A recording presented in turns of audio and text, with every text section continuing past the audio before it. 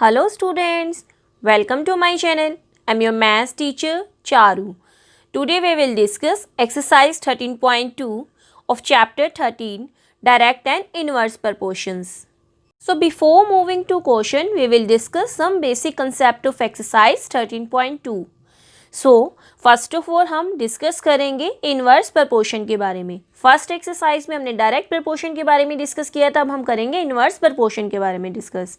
So two quantities x and y are in inverse proportion if there exists a relation of the type x y equals to k where k is constant. तो अगर two quantities x और y inverse proportion में है तो किस तरह का relation exist करेगा, x y is equals to k जहाँ पर k कांस्टेंट होगा. So we start questions of exercise 13.2. So question 1 statement is which of the following are in inverse proportion. तो हमें ये बताना है कि जो गिवन स्टेटमेंट है वो इनवर्स प्रपोर्शन में है या नहीं है. So first is the number of workers on a job and the time to complete the job, which means number of workers और टाइम के बीच में हमें चेक करना है कि इनवर्स प्रपोर्शन है या नहीं. अब एक जॉब को कंप्लीट करने के लिए जितना ज़्यादा टाइम लगेगा इसका मतलब वर्कर्स कम है. अगर वर्कर्स हम इंक्रीज़ कर दें, वर्कर के नंबर हम इंक्रीज़ कर देते हैं तो उसी काम को करने में कम टाइम लगेगा. तो इसका मतलब हुआ जितने ज़्यादा वर्कर्स होंगे टाइम उतना ही कम होगा. तो ये किस तरह का रिलेशन होगा, इनवर्स प्रपोर्शन टाइप. क्यों? क्योंकि यहाँ पर एक क्वांटिटी इंक्रीज़ हो रही है तो दूसरी क्वांटिटी डिक्रीज़ हो रही है. अगर नंबर ऑफ वर्कर्स इंक्रीज़ हो रहे हैं तो टाइम डिक्रीज़ हो रहा है. तो ये किस टाइप का रिलेशन है, इनवर्स प्रपोर्शन. सो इसका आंसर है inverse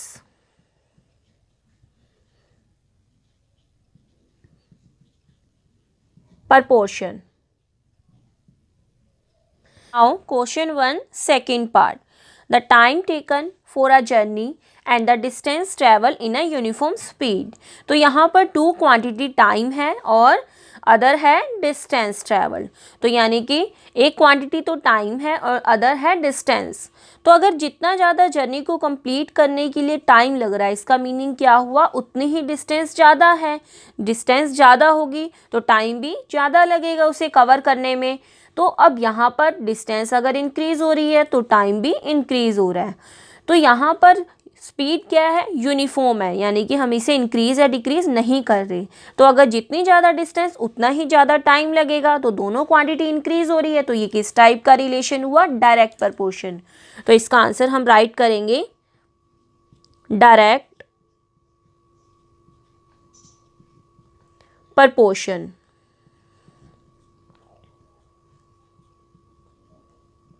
now third, area of cultivated land and the crop harvested. तो अगर area of cultivated land increase हो जाएगा तो ज़्यादा ही क्रॉप हार्वेस्ट होगी. यानी कि जितनी ज़्यादा एरिया होगा लैंड का उतनी ही ज़्यादा हमें क्रॉप मिलेगी. तो ये दोनों क्वांटिटी इंक्रीज हो रही हैं. तो इसका मतलब ये कैसा रिलेशन होगा, इसका भी डायरेक्ट प्रपोर्शन. तो इसका आंसर भी क्या आएगा, डायरेक्ट प्रपोर्शन. तो इसका आंसर हम राइट करेंगे डायरेक्ट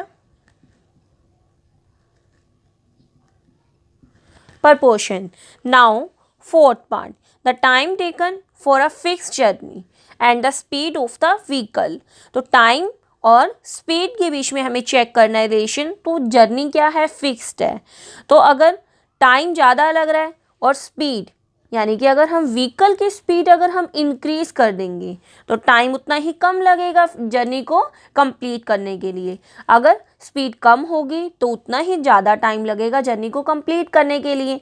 तो अगर हम स्पीड को इंक्रीज़ कर रहे हैं तो टाइम हमें कम लग रहा है जाने में. तो इसका मतलब क्या हुआ, किस टाइप का रिलेशन हुआ, इनवर्स प्रपोर्शन टाइप. क्योंकि यहाँ पर अगर हम स्पीड इंक्रीज़ कर रहे हैं तो टाइम कम लग रहा है.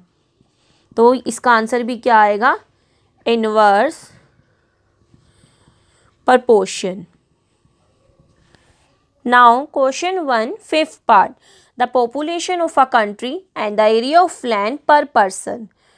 तो कंट्री की पॉपुलेशन जितनी ज़्यादा इंक्रीज़ होगी उतना ही जो एरिया होगा लैंड का पर पर्सन डिक्रीज़ हो जाएगा, क्योंकि अगर पॉपुलेशन इंक्रीज़ हो जाएगी तो जो एरिया होगा लैंड का वो पर्सन्स के लिए कम हो जाएगा। तो ये किस टाइप का रिलेशन है? Inverse type relation. तो इसका आंसर हम राइट करेंगे inverse proportion. Now question 2. So question 2 statement is, in a television game show the prize money of rupees 1 lakh is to be divided equally amongst the winners. Complete the following table and find whether the prize money given to an individual winner is directly or inversely proportional to the number of winners. Which means जो game show है उसमें price money है 1 लाख, वो winners में divide की गई है equally, यानी कि जितने भी विनर्स हैं उन्हें इक्वल अमाउंट प्राइस मनी का मिला है। तो हमें इसके अकॉर्डिंग जो ये टेबल गिवन है जिसमें नंबर ऑफ विनर्स शो किए गए हैं 1 2 4 5 8 10 एंड 20, तो प्राइस फॉर ईच विनर्स, यानी कि अगर 1 विनर है तो उसे 1 लाख मिल जाएंगे क्योंकि ओनली 1 ही विनर होगा, और 1 लाख है टोटल मनी, उसे हमें डिवाइड करना है। अगर 2 हो जाते हैं विनर्स, अगर 2 हैं तो 1 लाख को 2 में डिवाइड करना है, यानी कि 50,000 एक को मिलेंगे दूसरे को भी 50,000, तो 2 के लिए प्राइस मनी डिवाइड की गई है 50,000 के अकॉर्डिंग। तो ऐसे ही 4 5 8 10 और 20 के लिए हमें प्राइस मनी फाइंड करनी है और इस टेबल को कंप्लीट करना है। तो हमें चेक भी करना है कि जो प्राइस मनी है और इंडिविजुअल विनर को जो दी गई है वो नंबर ऑफ विनर्स के अकॉर्डिंग डायरेक्टली है या फिर inversely proportion. So we start solution of question 2। सो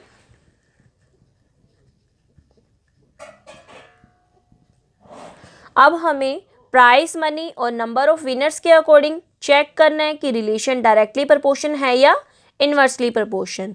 तो जितने ज़्यादा विनर्स हो जाएंगे उतने ही प्राइस मनी एक विनर को कम मिलेगी। So more the number of winners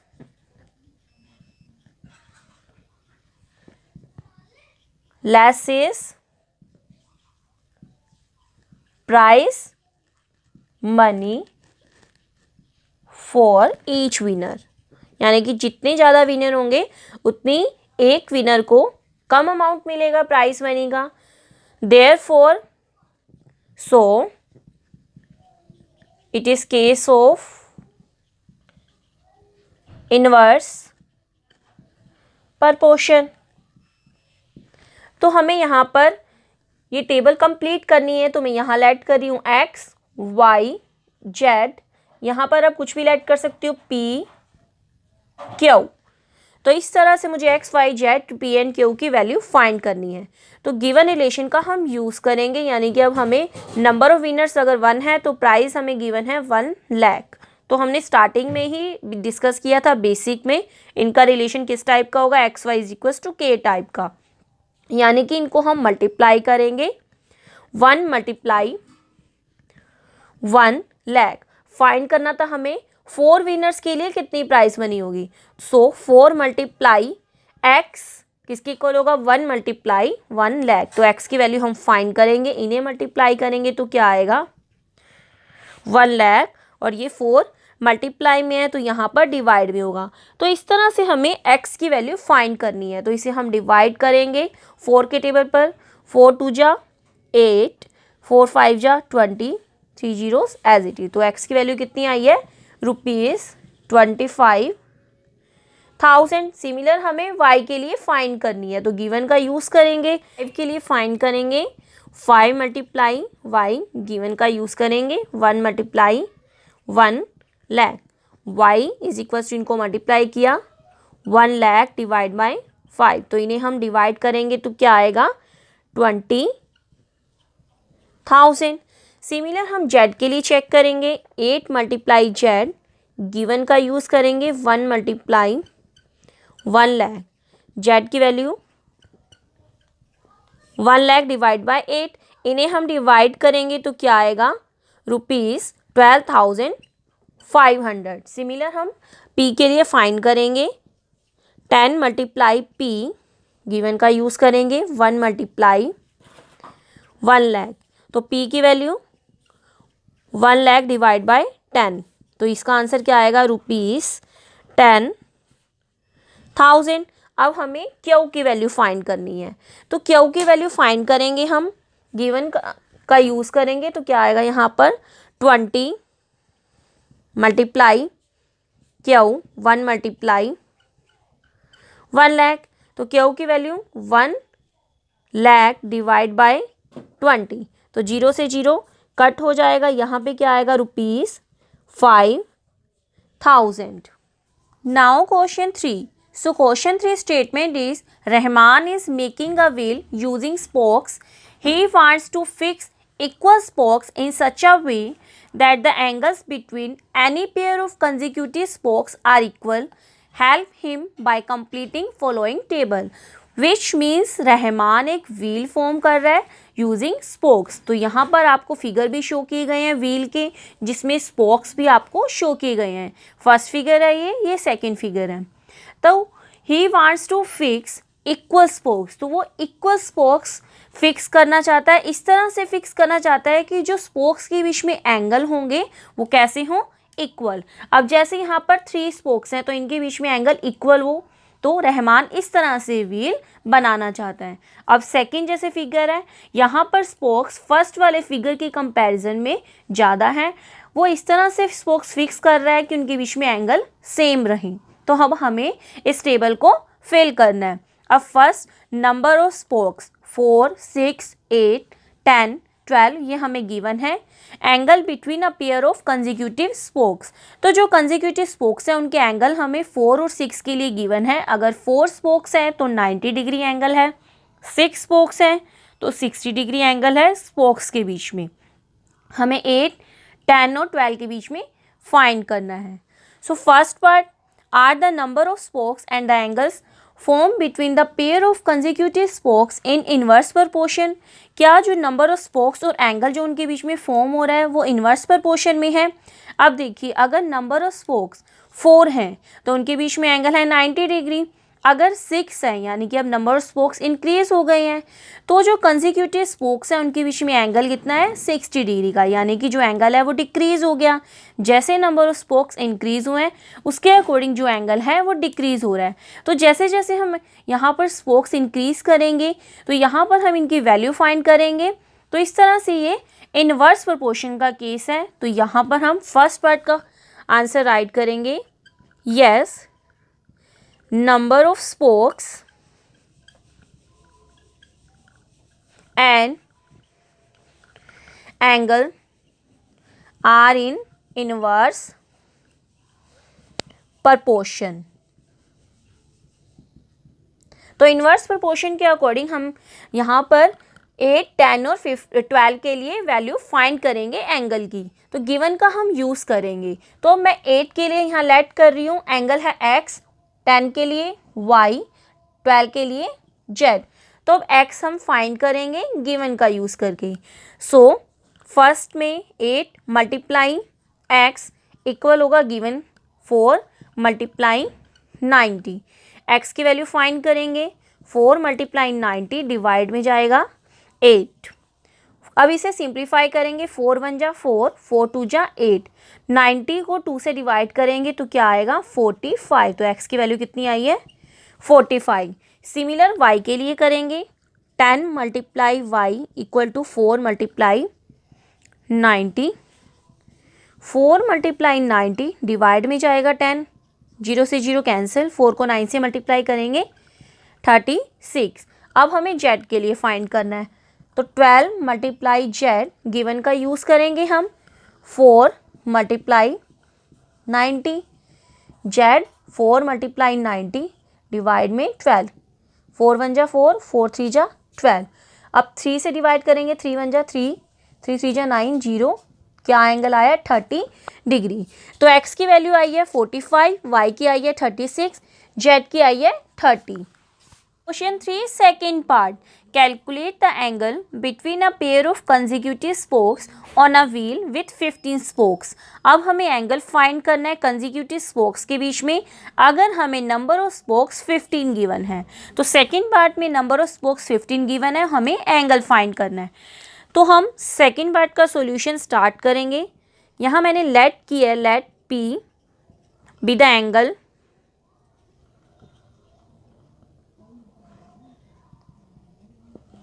with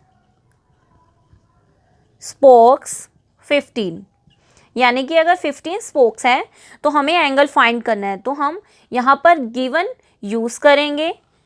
तो P multiply 15 equal to 4 multiply 90। जैसे हमने टेबल यहाँ पर एक्स वाई जेड की वैल्यू फाइंड की थी, ऐसे यहाँ पर हम P की वैल्यू फाइंड करेंगे। तो 15 मल्टीप्लाई में है, राइट साइड जाएगा तो डिवाइड में हो जाएगा कन्वर्ट। अब यहाँ पर हम इसे सिंप्लीफाई करेंगे। 15 के टेबल पर 90 कट होगा, 15 1 जा 15, 15 6 जा 90, 4 को 6 से मल्टीप्लाई करेंगे, क्या आएगा 24। तो कितना एंगल आया है 24 डिग्री। नाउ अब हम थर्ड पार्ट करेंगे। How many spokes would be needed if the angle between a pair of consecutive spokes is 40। अब हमें नंबर ऑफ स्पोक्स बतानी है, हमें एंगल गिवन है 40 डिग्री। तो नंबर ऑफ स्पोक्स बतानी है तो हम उसे लेट करेंगे। So we start solution of third part. Let करेंगे हम, let Q be the number of spokes if angle is 40 degree. Angle 40 है तो हमें नंबर ऑफ स्पोक्स फाइंड करनी है जो हमने क्यू लेट की है। तो हम गिवन का यूज़ करेंगे। तो Q multiply 40 equal 4 multiply 90। Q की वैल्यू फाइंड करेंगे, 4 मल्टीप्लाई 90 डिवाइड बाय 40। 0 से 0 कट हो जाएगा, यहाँ से 4 कैंसिल हो जाएगा। तो इसकी वैल्यू कितनी आई है 9। तो यहाँ पर कितने स्पोक्स हैं 9 spokes. Now question 4। So question 4 statement is if a box of sweets is divided among 24 children they will get 5 sweets each.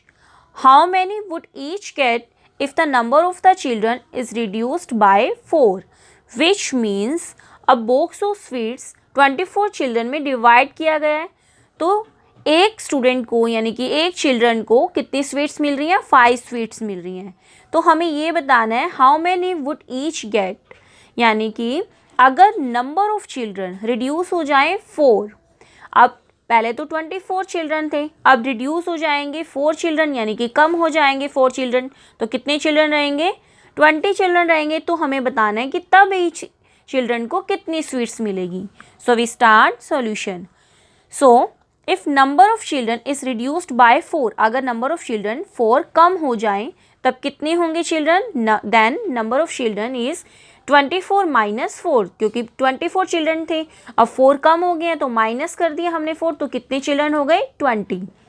सो हमें स्वीट्स फाइंड करनी थी तो हम स्वीट्स लेट करेंगे। Let number of sweets is x when number of children is 20। सो हमने इसके according table form किया है, number of children and number of sweets. तो नंबर ऑफ चिल्ड्रन 24 थे तो स्वीट्स मिल रही थी 5। अगर नंबर ऑफ चिल्ड्रन 20 है तो हमने लेट किया नंबर ऑफ स्वीट x। तो इस तरह से हमने टेबल फॉर्म की। अब यहाँ पर 24 चिल्ड्रन हैं तो एक चिल्ड्रन को 5 स्वीट मिली हैं। अब चिल्ड्रन कम हो जाएं तो एक स्टूडेंट को स्वीट्स ज़्यादा मिलेंगी, यानी कि अगर हम चिल्ड्रन के नंबर कम कर दें तो एक चिल्ड्रन को स्वीट्स ज़्यादा मिलेगी। इसका मतलब ये कैसा केस हुआ, इनवर्स प्रोपोर्शन का। So less children get more sweets, so it is case of inverse proportion. तो यहाँ पर हम यूज़ करेंगे x की वैल्यू फाइंड करने के लिए गिवन टर्म का। So 20 multiply x equals to 24 multiply 5। यहाँ पर x की वैल्यू फाइंड करेंगे तो 20 मल्टीप्लाई में है तो डिवाइड में हो जाएगा। इन्हें हम सिंप्लीफाई करेंगे। 5 के टेबल पर 20 को कट करेंगे, 5 1 जा 5, 5 4 जा 20, 4 1 जा 4, 4 6 जा 24। तो यहाँ पर 6 और 1 को मल्टीप्लाई करेंगे तो क्या आएगा 6। तो x की वैल्यू कितनी आई है 6। तो नंबर ऑफ स्वीट्स 6 मिलेंगी एक चिल्ड्रन को। So today we have discussed 1 to 4 questions of exercise 13.2. So try question 5 yourself, which is similar to previous parts. I hope so you all understood these questions clearly. Thank you.